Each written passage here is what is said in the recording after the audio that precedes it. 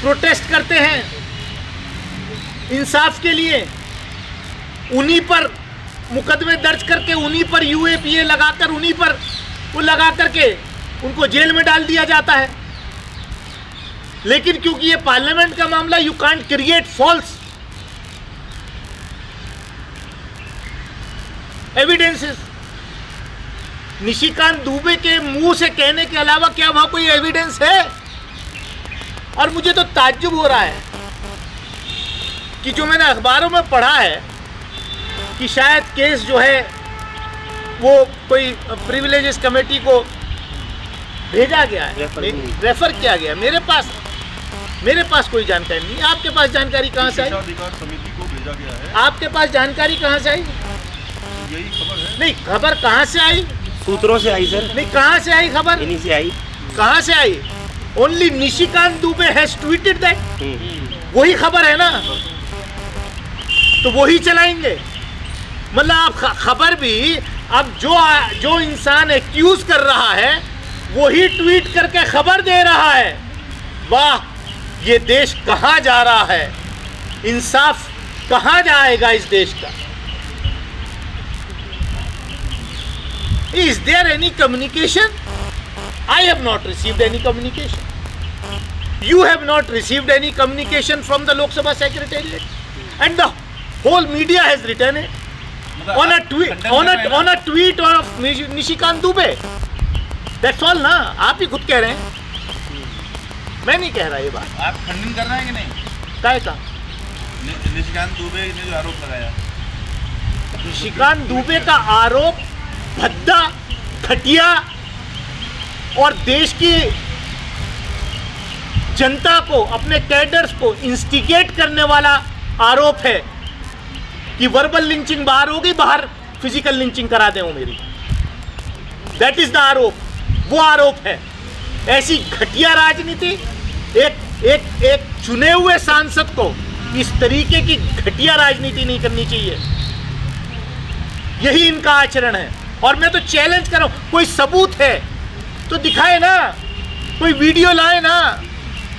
एक हफ्ता हो गया, लोकसभा सेक्रेटेरिएट का कोई बयान नहीं आया और निशिकांत दुबे जो है ट्वीट करके देश की मीडिया को, जनता को बता रहे कि मामला रेफर हो गया है प्रिविलेजेस कमेटी को। तो शायद निशिकांत दुबे ने का जब इतना इंफॉर्मेशन है तो उन्होंने पूरी कोशिश की होगी लोकसभा सेक्रेटेरिएट के अंदर कि कहीं कोई ऑडियो, कोई वीडियो, कोई एविडेंस मिल जाए जो उन्होंने मेरे ऊपर आरोप लगाए हैं, क्योंकि नहीं मिला, वरना अब तक आ जाता सब।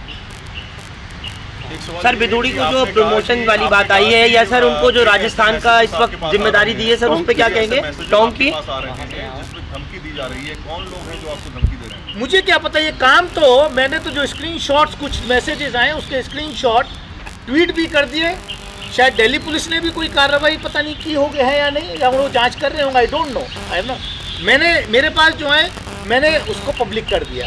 ये जिम्मेदारी सरकार की, देश के गृह मंत्रालय की, एजेंसीज की, दिल्ली पुलिस की है कि इस तरीके का माहौल क्रिएट किया जा रहा है। और ये सब निशिकांत दुबे का जो फर्जी, झूठा, बेबुनियाद आरोप है, एक नैरेटिव सेट करने के लिए, उसके बाद से ये शुरू हुआ है।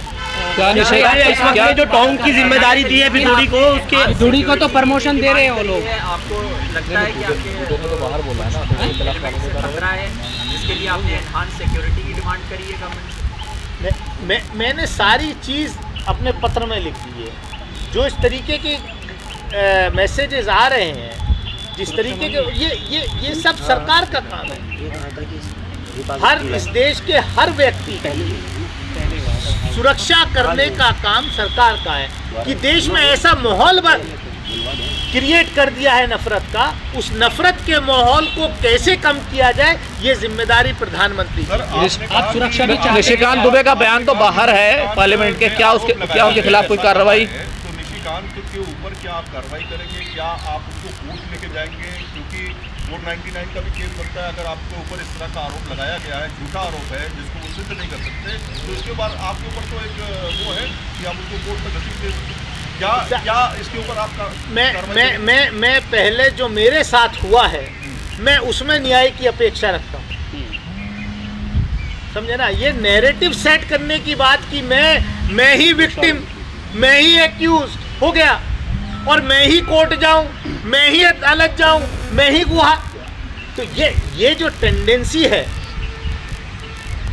कि मैं अपनी सफाई देता हुआ फिरूं, ये क्या है? ये सर एक सर ये पूछना था, क्या आपने सुरक्षा की मांग की है? एक नंबर एक ये बात। दूसरा, बजाय इसके कि बिदूड़ी पर कार्रवाई होने के और टोंग की जिम्मेदारी दी और प्रमोशन वाली बात सामने, इन दोनों बातें, एक तो सुरक्षा आपकी और दूसरी इनकी प्रमोशन।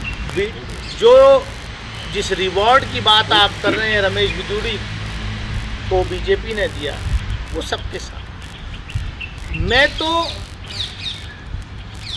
इस देश के प्रधानमंत्री जी से इतना ही कह रहा हूं कि आप बीजेपी के नेता ही नहीं है, सिर्फ आप बीजेपी के केवल प्रचारक ही नहीं हैं, आप उस सदन के भी नेता हैं जिस सदन का मैं सदस्य हूं, जिस सदन में मेरी वर्बल लिंचिंग हुई है। आपकी नैतिक जिम्मेदारी बनती है कि आप उस पर अपना मौन तोड़ें। और जहां तक ये दो चीज़ अलग अलग है, जहां तक पार्टी का सवाल है, उनकी पार्टी का जो आचरण है वो सब सामने आ रहा है। एक तरफ तो नोटिस दिया जाता है 10 दिन का, और दूसरी तरफ जो है उनको नई ड्यूटी दे दी जाती है। दूसरा, आपकी सुरक्षा को लेके बात थी, आपने सर मांगी है सिक्योरिटी की तरफ से इस तरीके का कुछ किया गया है प्रिविलेज कमेटी को लेकर के जी, प्रिविलेज कमेटी को लेकर के आपके पास कोई जानकारी है? मैं I can repeat it once again, मेरे पास कोई जानकारी नहीं है और आपके पास भी कोई जानकारी नहीं है। 24 घंटे पहले आपने सारी ये खबरें चलाई हैं। अब इस देश में नया हो गया, सब चीज सोर्सेज के माध्यम से चलती हैं और मीडिया भी नहीं पूछता कि सब ऑथेंटिसिटी क्या है। रूलिंग पार्टी के एक नेता ने ट्वीट कर दिया जो खुद उसमें निराधार आरोप लगा रहे हैं, और उनके ट्वीट पे वो सही मान के देश के मीडिया ने खबर चला दी है। हो सकता है वो खबर ठीक हो, मुझे जानकारी नहीं है, लेकिन आखिर वो खबर सिर्फ और सिर्फ निशिकांत दुबे को ही क्यों दी जाती है? अगर ऐसा है, बाकियों को क्यों नहीं दी जाती, या मीडिया को क्यों नहीं इन्फॉर्म किया जाता, या उनको क्यों दी जाती है? ये तो स्पीकर, ऑनरेबल स्पीकर के ऑफिस की भी सीक्रेसी का और उसका सवाल है ना भैया। सर सिक्योरिटी की मांग कर रहे हैं क्या आप? क्या आप सुरक्षा की मांग कर रहे हैं? सुरक्षा की मांग की है दानिश भाई? क्या खुद कहा कि 8 दिन हो गए हैं, अभी तक कोई कार्रवाई नहीं हुई, तो अब आगे आपका क्या एक्शन रहेगा? आप इस पे क्या दोबारा लिखेंगे स्पीकर को? क्योंकि अभी तक आप कह रहे हैं आपके पास कोई इन्फॉर्मेशन नहीं आई है, तो अब आगे आपका क्या प्लान है एक्शन? मैं जाहिर सी बात है, मैं दोबारा अगर मेरे पास इंफॉर्मेशन नहीं कोई अभी तक तो आई नहीं है, तो I will take a decision and I will inform you in due course. Sir security की बात कर रहे हैं, आपने क्या सुरक्षा की मांग की है? इसको लेकर भी आपने किया है? मुझे धमकी मिली है, मैंने जो रिकॉर्ड पे है स्क्रीनशॉट दे दिया है। अब ये देश के प्रधानमंत्री, गृह मंत्री, एजेंसीज और सिक्योरिटी वालों का वो बनता है कि वो उसको उसकी जांच करें, उसके इस तरीके का कौन कर रहा है और कौन करा रहा है। क्योंकि सांसद ने, रमेश बिदूड़ी जी ने फ्लोर पर मुझे धमकी दी है कि निकल बाहर में देख लूंगा, और फिर उनके समर्थक या जो भी एक क्रिमिनल्स हैं जो मुझे भेज रहे हैं मैसेजेस, वो मुझे दबाने के लिए भेज रहे हैं क्या कि मैं बोलना बंद कर दूं। लेकिन ये होने वाला नहीं है, शायद वो गलत फहमी में। अभी तक कोई कार्रवाई का नामो निशान दिखाई नहीं दे रहा। मैंने आज जिस सदन का मैं सदस्य हूँ, उस सदन के नेता आदरणीय श्री नरेंद्र मोदी जी को मैंने एक खत लिखा है, क्योंकि मैं समझता हूं कि लोकसभा का नेता होने के नाते देश के प्रधानमंत्री श्री नरेंद्र मोदी जी की जिम्मेदारी बहुत ज़्यादा बनती है। जो 21 सितंबर को हुआ सदन के अंदर, और उसके 3 दिन पहले जब प्रधानमंत्री जी ने इस नए सदन को संबोधित करते हुए कहा कि देश की जनता यहाँ सदस्यों के आचरण से तय करेगी कि कौन किधर बैठेगा, और क्योंकि हम अमृत काल में हैं, ये सीरीज ऑफ इवेंट्स जो पिछले 1 महीने में हुए, G20 की सफलता, पूरा देश आपके साथ खड़ा था, वसुधैव कुटुंबकम का नारा हमने पूरी दुनिया को बताया, बापू की समाधि पर देश के, दुनिया के सभी बड़े राष्ट्राध्यक्ष G20 के गए, लेकिन बापू के देश में जिस तरीके की लिंचिंग्स हो रही हैं, जिस तरीके की घटनाएं हो रही हैं, उससे हम पूरी दुनिया को क्या मैसेज दे रहे हैं। जो फ्लोर पर 21 सितंबर को हुआ और आदरणीय प्रधानमंत्री जी का अभी तक उनकी चुप्पी इस मसले पर नहीं टूटी, ये बहुत ही दुर्भाग्य है। वो छोटे छोटे से इश्यूज अपने चुनाव प्रचार में जो सूट करता है वो करते हैं, बोलते हैं। मन की बात उन्होंने की अभी पिछले संडे को, देश अपेक्षा कर रहा था कि वो इसका संज्ञान लेंगे। अगर इस तरीके की घटना में लिप्त उनकी पार्टी के सदस्य को इस तरीके से स्कॉट फ्री जाने दिया जाता है, तो ये देश के लिए, लोकतंत्र के लिए, आने वाली हमारी नस्लों के लिए, आने वाले वक्त में, फ्यूचर में हमारे पार्लियामेंट के डेकोरम के लिए इससे ज़्यादा बेइज्जती की बात कोई और हो नहीं सकती। बिकॉज इसी लोकसभा ने, इसी पार्लियामेंट ने ऐसे उदाहरण देखे हैं जब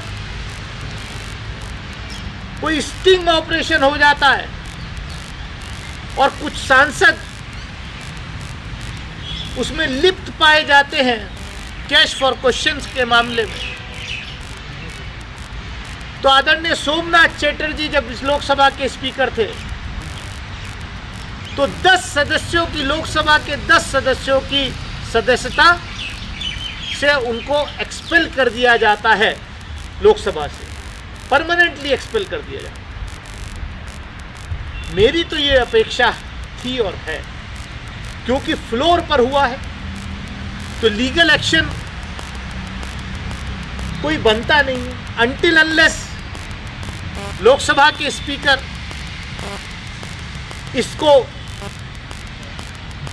पे संज्ञान लेकर के ऐसा आचरण व्यक्त करने वाले सांसद को लोकसभा से कम एक्सपेल करें और इस केस को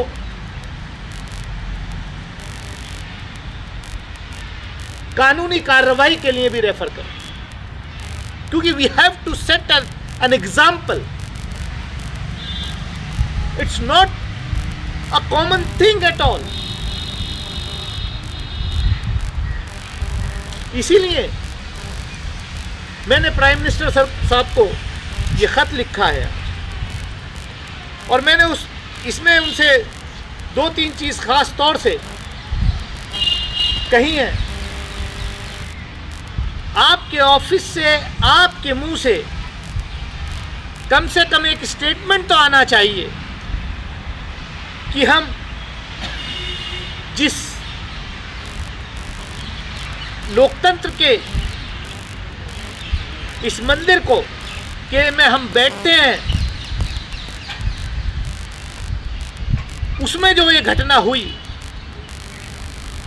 उसको आप कंडेम करें और हम जो मदर ऑफ डेमोक्रेसी कहते हैं अपने आप को, क्योंकि पूरी दुनिया देख रही है हमारी तरफ कि हिंदुस्तान की पार्लियामेंट के अंदर इस तरीके की हेट स्पीच पर हिंदुस्तान के प्रधानमंत्री का कोई बयान ना आना, ये कहीं ना कहीं बहुत ही उन लोगों के लिए जो लोकतंत्र में यकीन रखते हैं बहुत ही अफसोस की बात है। मैंने उनसे ये भी कहा है कि मैं आपसे गुजारिश करता हूं, I urge you to remind all members of parliament of the importance of upholding the highest standard of decorum and conduct within the house, as the whole world looks upon us as a torchbearer of parliamentary democracy. Such indecent incident should have no place in our democracy. क्योंकि इसके बाद भी अगर उनकी चुप्पी रहती है तो कहीं ना कहीं ऐसे रमेश बिदूड़ी तो एक हैं जो आपकी शाखाओं में सीख करके आते हैं, वो किस तरीके का आचरण वहाँ करते हैं। हो सकता है कोई और भी कल को इस तरीके का दुस्साहस करे। तो इसलिए ये बहुत ज़रूरी है कि प्राइम मिनिस्टर साहब के मुंह से ये कंडेम होना चाहिए। और मैंने फिर उनसे ये भी रिक्वेस्ट की है कि I request that accountability should be fixed at the earliest on the reprehensible conduct of Shri Ramesh Bidudi, and he should be suitably punished so that no one can repeat such an act ever in the house. क्योंकि अगर इसको ऐसे ही हमने जाने दिया गया, हो सकता है बीजेपी में भी ना फूल्स पैराडाइज की कोई कार्रवाई ना करके शायद उनको कोई राजनीतिक फायदा दिखाई दे रहा हो, लेकिन मेरा एक कन्विक्शन है, मुझे ये यकीन है कि people of this country will not tolerate such type of behaviour from the elected representatives in parliament. और वो लोग सब शर्मसार हैं आज, वो लोग भी जिन्होंने उनको वोट दे करके यहां पहुंचाया है। और ये सिर्फ मेरा मामला नहीं है, ये इस देश के लोकतंत्र का मामला। मैंने उनको इसके बाद से जिस तरीके से धमकी भरे मैसेजेस मेरे मोबाइल पे आ रहे हैं, उसके कुछ स्क्रीनशॉट्स भी मैंने प्रधानमंत्री जी को भेजे हैं कि हम, क्योंकि जो पार्लियामेंट में होता है पब्लिक रिप्रेजेंटेटिव, उसको देख करके इस देश का नौजवान, we are role models, parliamentarians are role models for the younger generation of India। और ये हम कैसा रोल मॉडल देश को दिखा रहे हैं, इस तरीके का रोल मॉडल, और उस पर प्रधानमंत्री जी की चुप्पी। और ये घटना, ये वर्बल लिंचिंग की घटना तो अंदर हुई है, लेकिन जो और फिजिकल लिंचिंग्स बाहर हो रही हैं वो किसी से छुपी नहीं है। अभी शायद 2 दिन पहले भी दिल्ली में एक घटना घटी है, कोई फिजिकली चैलेंज, कोई नौजवान कोई किसी धार्मिक स्थल में से प्रसाद समझ के कुछ उठा के खा लेता है, ले जाता है, उसको सरेआम खंबे से बांध करके उसकी लिंचिंग होती है दिल्ली के अंदर। मतलब ये रूटीन हो गया है। ये हो क्या रहा है इस देश में? पिछले दिनों हमने देखा, कुछ दिन पहले एक बुजुर्ग जैन समाज के व्यक्ति थे जिनको कहाँ का केस था, उज्जैन का था, कहाँ का था, कहीं, जिनको उनकी आइडेंटिटी रॉन्ग आइडेंटिटी समझ के उनको उनकी लिंचिंग, जो भी था। मतलब इस तरीके की घटनाएं घटी तो मैं समझता हूँ कि it's right time that prime minister should come out and speak against this hate in India, क्योंकि वो हमारे देश के प्रधानमंत्री हैं, वो हमारे सदन के नेता हैं। इसलिए हम उनसे ये अपील कर रहे हैं कि देश में इस तरीके की घटनाएं ना घटे। आने वाले वक्त में कोई सांसद किसी भी पक्ष का हो, इस तरीके की हेट स्पीच लोकसभा के अंदर, पार्लियामेंट के अंदर ना करे। ऐसा कोई पनिशमेंट, ऐसी कोई मिसाल कायम करनी चाहिए।